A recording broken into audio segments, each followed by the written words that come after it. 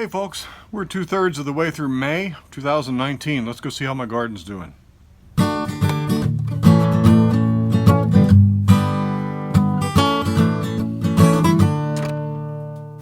there.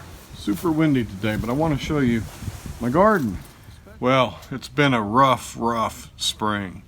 We have had challenge after challenge after challenge, and my garden is nowhere near where I'd like it to be.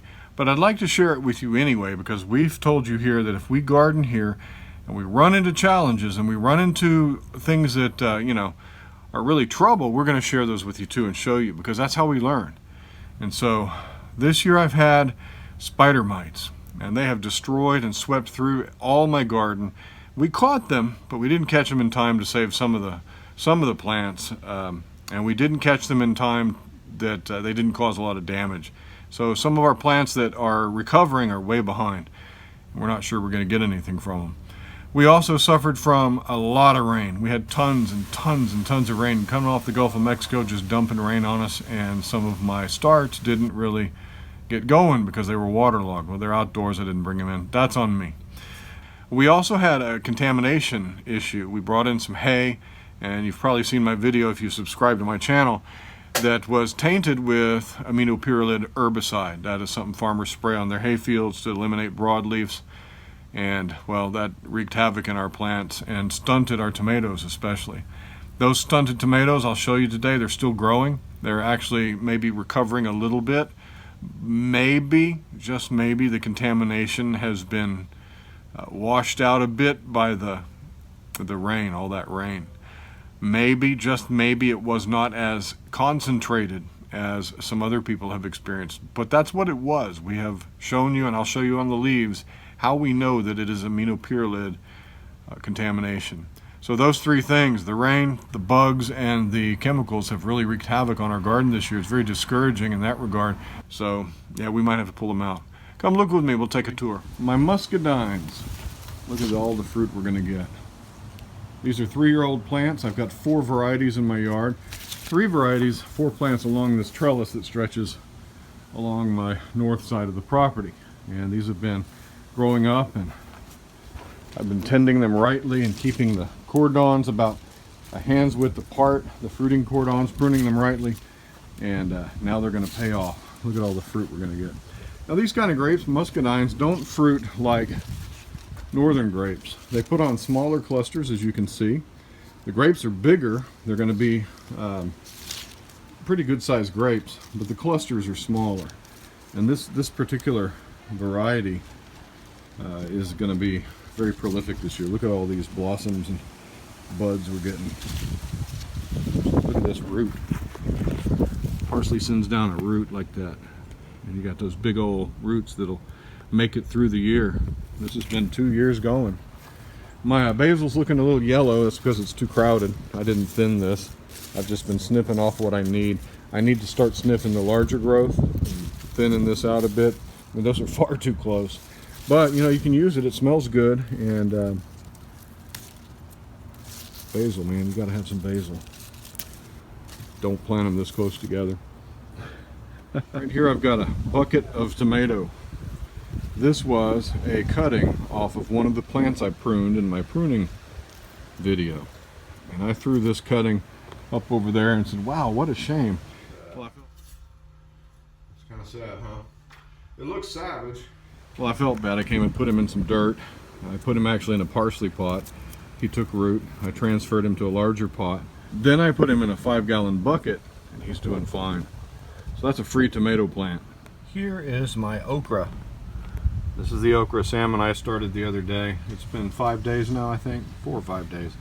Got 2 of them coming up. Now we've had almost 100% germination rate, except for that one pot right there and that dude over there. So technically not 100%. So what is that? Maybe a 94%. But anyway, these are red varieties, and we're going to plug these in one of our beds out there, and maybe in some pots too, and see if we can grow okra in pots. So we'll select out the strongest plant, and we're on our way to okra. Now these guys over here, these are my squash plants. I planted these just to see if I would have some squash backups, and I was going to put these in pots and containers and maybe plug them in where I needed some squash. But look, they're yellow, they're not doing well. These guys were planted in these pots outdoors. They came up outdoors and they got rained on. They got rained on for 3 weeks straight. They sat in waterlogged pots, so they became real stressed, real yellow, real sickly looking. And these poor guys were so stressed, they're trying to fruit already. And so the spider mites also damaged the first set of true leaves. Spider mites are bad stuff, and we had a lot of damage. So these are not going to probably make it to fruit. These are my actual volunteer tomatoes. They came up from last year's crop. And I have hopes that these will tell me whether or not my soil is still contaminated with herbicides. So these are kind of my lab tomatoes. They will be test tomatoes. And if I get any tomatoes off of them, great. But if not, they're doing their work by telling me if my soil is still contaminated. If you remember my video on spider mites, these were very infected with these mites were living down on the bottom here and making a hard time of it. They were wreaking havoc. I had to remove a lot of leaves, but because of the spider mite damage, these zucchini squashes got really stunted. Almost all the leaves were gone and destroyed. I had to remove a lot of them. These are some of the ones that weren't damaged as badly. And I had to leave these on so they could photosynthesize and the plant could recover. Well, look at all this new growth. The neem oil wiped out the spider mites along with the ladybugs that we brought in. And now all the new growth is nice and strong. Problem is, we're a little behind schedule here. I was hoping to be eating some zucchini by now, but it's not to be. Another pepper over there doing fine. We're going to prop these guys up and make sure that they don't fall over under the weight of all that fruit. But yeah, when you're gardening with pots, you can grow a lot of different things, and you can take good care of your soil because it's not, it's a small amount. It's easy to manage. Unlike this over here, let me talk to you about my tomatoes. You may remember, if you follow me, that my tomato bed had hay on it for mulch, coastal Bermuda hay. Always safe to use this mulch as long as it's not, it's a hybrid, it doesn't seed. But I put that stuff on here, and guess what? It was contaminated with aminopyrrolid herbicide, and that herbicide causes this plant to die off. It actually interrupts the growth pattern and literally deforms the plant so that it cannot support itself. And you see how these leaves start to look like they're fractal art and they curl up. Now this is not leaf curl due to a watering issue. This is not leaf damage or leaf curl because the soil's not properly amended or properly cared for. This is because the cells do not stack upon one another in the proper way.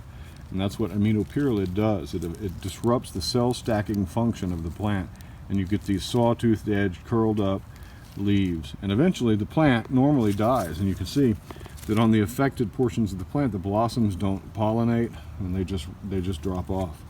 And so all my leaves down on the bottom were healthy leaves, and on the bottom I'm getting fruit. I'm getting some nice fruit, lots of fruit down there. But as soon as I put that hay on, the new growth from that point on began to stress out, curl, and deform. Now, the encouraging part is that I know about it now. I took my hay off, and I know about how to begin to try to remediate this. Let me look at that, some of that weird growth. But there is fruit coming in. And so the plant, as it grows, after I took this aminopyrrolid off, begins to grow and blossom again. And while it's still curling a little bit, it's not quite as bad as it was. And so I have lots of blossoms. They're a little bit later than I'd like them, but they're here. Now my plan was to leave these tomatoes for a week. I saw after a week they were looking like they weren't dying. I left them for another week. They kept growing. These over here are as tall as I am. And there's fruit coming in. They are deformed. They have been contaminated by herbicide, but they're continuing to grow. So what that tells me is perhaps my contamination was not as intense or as concentrated as I thought it was, or that the rains, we had 3 weeks of rains, maybe that was a blessing in disguise. It began to wash some of that through the soil, because this is very well draining soil. Maybe.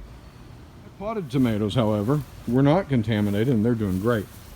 Potted tomatoes are starting to put on some fruit, and it's ripening, and I'm real happy about that. I mean, who doesn't like to see their first ripening tomatoes? That's awesome. And so I've got those coming in over here on my little hybrid bush plants, bush Goliaths. all of them are producing now, so that's encouraging. I'm finally going to have some tomatoes this year. I should be eating tomatoes already. Bed number 2. These pepper plants are doing just fine. In-ground peppers need to be supported, so I mean that one blew over in a storm. So I will be supporting these guys as well. But right there, you may remember I had some perpetual spinach last year and all through the winter and into this year, and that's where the spider mite infestation started. So right here, the spider mites destroyed all my perpetual spinach. So I had to take it all out, and I haven't put anything in there yet. I'm going to plop some okra or some squash down in here. I got my onions starting to fall over, so I'll pull them out. They were just kind of placeholders, and I like to nip off the green onion growth and cook with it, so I've had those there for my kitchen. And then my cucumbers. Sam and I planted these hopeful that we would have another giant cucumber harvest like we did last year. Sad, isn't it? That is what spider mites will do. They came in here and they swept through this whole thing and destroyed those plants, totally destroyed them. And the little remnants that were left behind have finally started to grow again, but I'm afraid it's too late for them. It's starting to get really, really hot. The bugs and the humidity is really high. They're going to get all kinds of trouble if I try to continue to grow these. We've already got some blossoms because these guys are freaking out. I see a male blossom, a female blossom. We might get a couple cucumbers out of there before I pull them up next weekend. But I think I may pull these out and plant my summer crop in here, just because I'm ready to be done with these. They're very disappointing, and to look upon them reminds me of spider mites and the troubles of this year. And so sometimes if you're gardening, and I'm not in a survival situation, I'm not putting food on the table with my garden. This is more of an experimental garden and an enjoyment garden, a supplemental garden. I have the liberty then to just say, you know, these don't make me joyful, they don't make me happy. Out they go. I think that's what's going to come of these cukes. Kind of sad though. I mean, look at them. They're struggling to survive, aren't they? I'll make that decision later. But showing you our successes and showing you our failures, showing you our challenges. This is a challenge. We had spider mites. Bed number 3, I've still got some of that hay down. Now this hay, this particular batch of it doesn't seem to be contaminated because my beans are growing just fine, and beans are an indicator crop. So I've got some long beans there. I've got some various green bush beans there, and they've been struggling along because there's cardboard down. There's all kinds of trouble. I've been troubling their roots, and this whole bed was infested with nutsedge. And so there's cardboard over the whole bed, and there's molasses, agricultural molasses down there. And the thought behind that is to try to activate the soil and get the biology to break down those nutsedge roots. And I was going to leave this bed here covered all summer and not grow in it, but I thought, well, I got some little holes I can poke and try some beans. So we put some beans in, a little bit late, that's why they're so small. But yeah, they're doing fine. A lot of critters munching on this eggplant, but it's growing fine. The first set of leaves that were here, this leaf, and some of the others were really destroyed by those spider mites. I mean, utterly destroyed. This plant looked like a twig, but it's recovering now that we used neem oil. We got rid of those spider mites. Things are looking better. Strong, tall, encouraging plant. We'll tie it off there when it gets a little better, and it'll support itself. This one over here has already got a nice blossom on it. And again, it was destroyed by spider mites. They're just awful. I cannot express to you how quickly you need to get on top of spider mites. Have some neem oil on hand so you don't have to go to the store and get it, and get rid of those things, because they wreak havoc in your garden. And this year we have had spider mite infestation like none other. Look at that. That's a beautiful blossom, and it looks like it's maybe already been pollinated. It looks like it might be curling up and ready to go. We might get some eggplant. More peppers on the patio. That guy's a little sad. He's been attacked a little bit, but he'll recover. And the herbs are down here in their various pots. Steve, the stevia plant, my son's little stevia plant there. And all our peppers are doing well that we've pruned. They're bushing out, putting on some blossoms. Yeah, looking good. Figs. The figs are doing great. On my patio, I've got about, what, a dozen, maybe a little more, varieties of figs. This guy here with these big leaves here, you can see a little droopy because it's been hot today. And that's how that one usually looks. And most of these will look that way in the summertime at about this time of day. Got to get water on those guys. Once the heat's off, they start to perk up. But yeah, I really love my figs. I've got a lot of fruit coming in this year. Tons and tons of fruit over here. I've got some beautiful fruits coming in abundance on this this upright tree. Some I grow in this upright tree fashion. Some I let them bush out like that guy. But yeah, I love figs. I got my fig platform over there. I'll show you some varieties in a moment. A lot of those are the newer figs, or the figs that have been recently potted up into larger pots. So they're growing great. All the figs are looking superb this year. I'm really happy. So yeah, the figs, man, they're putting on tons of fruit this year. When you take care of a fig and you prune it right, and you give it happy conditions in a pot, they grow well. Here's a Panache Tiger Stripe. This is an LSU variety. Striking colors, huh? Looking forward to tasting that. I had one last year, but it wasn't a very good fig. It wasn't, you know, first year fruit's usually not that good. Meyer Lemon tree's doing well. Got fruit coming on. I want to show you something. This is a virus. These citrus trees in our area always get this virus every year, and it causes curl and leaf curl, and it's hard to, you can't do anything about it. It just happens, and the tree continues to grow and puts on fruit, but it looks ugly. So you can see all the new growth though is nice and fresh. Typical, smells really good, smells very citrusy. But that virus attacks, and then those weakened leaves get the leaf miners in them, and you still get fruit. We got a lot of fruit forming already for this coming year. Little guys like that, and there's some bigger ones down in there. This tree gives us so much fruit, I don't know what to do with it all. Here's a fig tree we have in the ground. I want to show you how I've dealt with this one. This fig tree hasn't produced fruit for 5 years. This is an Ischia. It came from Baker Creek heirloom seeds. It was about that tall when it arrives as a tissue culture, and I've babied this thing up and put it in the ground out here. Putting a fig tree in the ground can benefit you, but sometimes it could backfire because these figs spread out in all this topsoil back here, and they're happy just to grow, and so they don't have a real rush to reproduce and put on fruit. So what you can do is you can come in here and see what I've done. You can pinch these buds, the new growth, let the new growth get, you know, several growth nodes on it, several branches coming out from it. Let it get, you know, 10-15 inches, and then pinch that bud off. And you're going to force all that growth hormone back down to the rest of the plant, and you'll be able to maybe sometimes force out some fruit, like right there, like right there. Yeah, you put a little stress on the plant like that, and sometimes the plant gets the idea that it's stressed out and it might die, and so it bolts to fruit and give you what you're looking for. So that's what I did here. If it doesn't give me any fruit, I'm going to air layer these major growing branches off, pot them, and see if they fruit as potted plants, and sell a lot of them. And then I'll use the rootstock either for grafting, or I may use this area for other purposes. And I'll show you one of those other purposes. You saw my video on pumpkin pits. They're doing fine over here. Nothing has sprouted yet. It's only been 2 days. Can't expect anything yet. But what we did, we dug a 2-foot hole, and that's why it's called a pit. There's a 2-foot hole there. Down in the bottom, chicken bones, chicken guts, chicken scrap, bad compost, nasty compost, all kinds of rotten stuff. About a gallon of it in each hole. Then we filled it up with topsoil and mounded up some soil on top and planted our pumpkins. We've got a moringa pumpkin over here, a Jardale over here. And we're going to let these vines come up. They should come up and just take over the area. We're going to let them grow over this way. Maybe set up some of these pallets so they can climb up those. And just let them go where they want.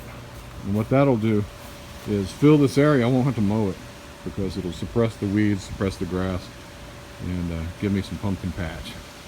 That's what we want. Compost bin. I upped my compost operation this year. I want to make lots and lots and lots of compost because I never have enough. So I put in these pallet bins. There's a video on that, and real simple, just a 3-bin system. Once this works down enough to turn it over a couple times, I'll turn it into the next bin here where I currently park my cart. But I'll put it in here and it'll work down. Once it's worked down and turned a few times, I'll move it over to this bin and finish it off. So yeah, we're going to up our compost production this year because I never ever have enough, and I can no longer trust outside manures and soil amendments that have manure in them. So I'm going to make tons and tons of compost to compensate. Aren't these beautiful? Canna Lilies. These come up every single year and they grow voluntarily. Since I threw some of them back here. These were originally in Gordons, Arkansas, my grandmother-in-law's house. And she gave us some. I didn't like them then. I threw them back here and they've grown ever since.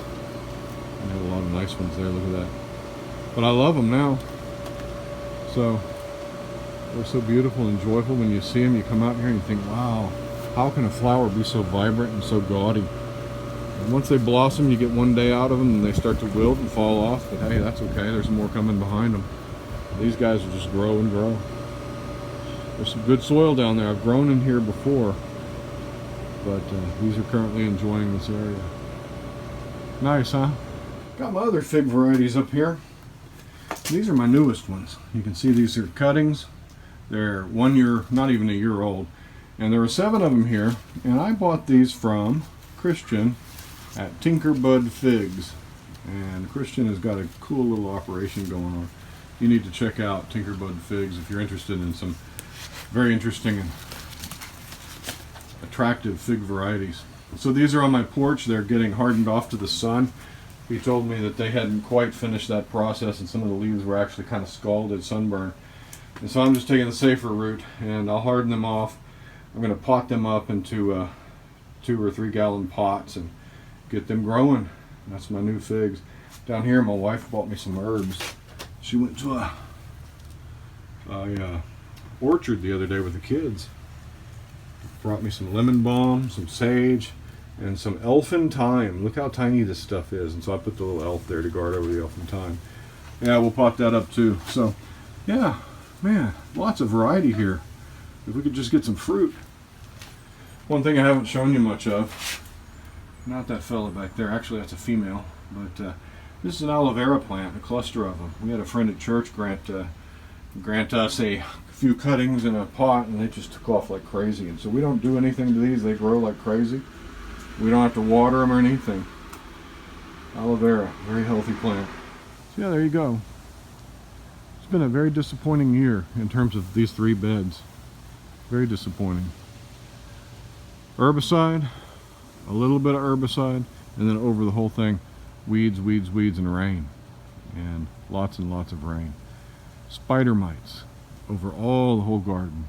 The spider mites attacked all my cucurbits, my eggplant, my squash, my cucumbers, my other squash over there. Just swept through there and destroyed everything. And so we've had a real hard time. We should be eating squash by now.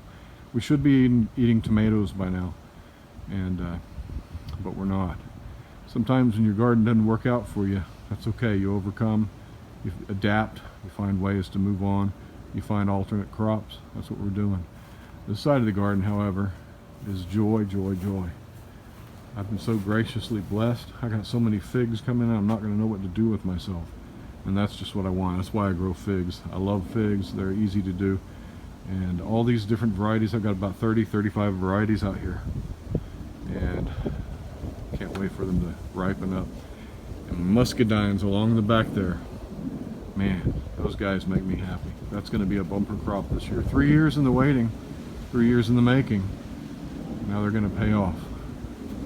Praise God. I can't wait for some of those. Well, there you go. That's how the garden's growing this year. Not real well in some places, very well in others, encouraging well in others. Well, we got a lot of plans this year. We're going to garden all through the summer. We're going to put in some summer crops, some okra, some cowpeas, maybe some corn to pull up those aminopyralids. We're gonna garden through the fall. We're gonna start some seeds indoors this summer. I'm gonna show you how to start seeds indoors, and we're gonna have a lot of fall crops to put out, and we're gonna garden all through the year now. So we're really glad and looking forward to what we've got planned. So if you'd like to come along with us, please subscribe, like us on Facebook and Instagram, and we'll talk to you next time. Bye-bye.